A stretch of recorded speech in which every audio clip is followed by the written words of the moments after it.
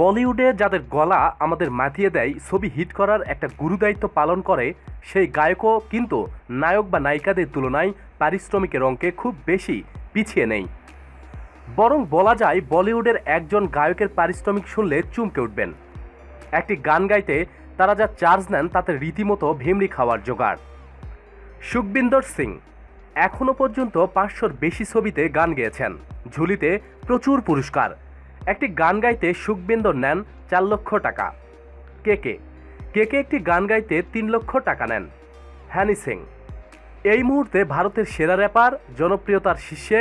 একটি গান গাইতে কত পারিশ্রমিক জানেন? হানি সিং একটি গান গাইতে 15 লক্ষ টাকা নেন। অরিজিৎ সিং অসাধারণ গলার এই শিল্পীর গানে মজে না এমন মানুষ নেই। আপনার প্রিয় এই গায়কের পারিশ্রমিকও নিছক কম নয়। একটি গান গাইতে অরিজিৎ সিং নেন 13 লক্ষ টাকা। সুনিধি চৌহান এশিয়ার 50 জন সেক্সি মহিলার তালিকায় রয়েছে সুনিধি চৌহানের। গানের গলাতেও দেশের গর্ব। সুনিধি একটি গান গাইতে 9 লক্ষ টাকা পারিশ্রমিক নেন।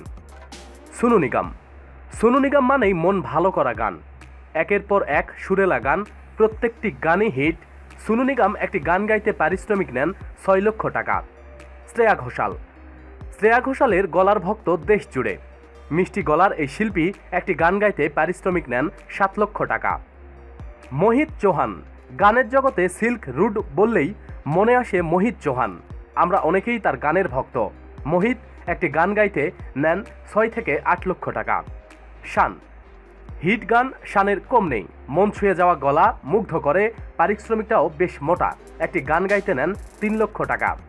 আতিফ আসলাম পাকিস্তানের নাগরিক হলেও সুরেলা গলায় তিনি দিল জিতে নিয়েছেন ভারতের। আতিফ আসলাম একটি গান গাইতে নেন 8 লক্ষ টাকা। প্রতিদিন সব খবরাখবরের জন্য সাথেই থাকুন এবং সাবস্ক্রাইব করুন আমাদের রিপোর্টার জব্বার চ্যানেলটি। আর আমাদের ভিডিও সব নোটিফিকেশন পেতে অবশ্যই বেল আইকনে ক্লিক করতে ভুলবেন না। ধন্যবাদ।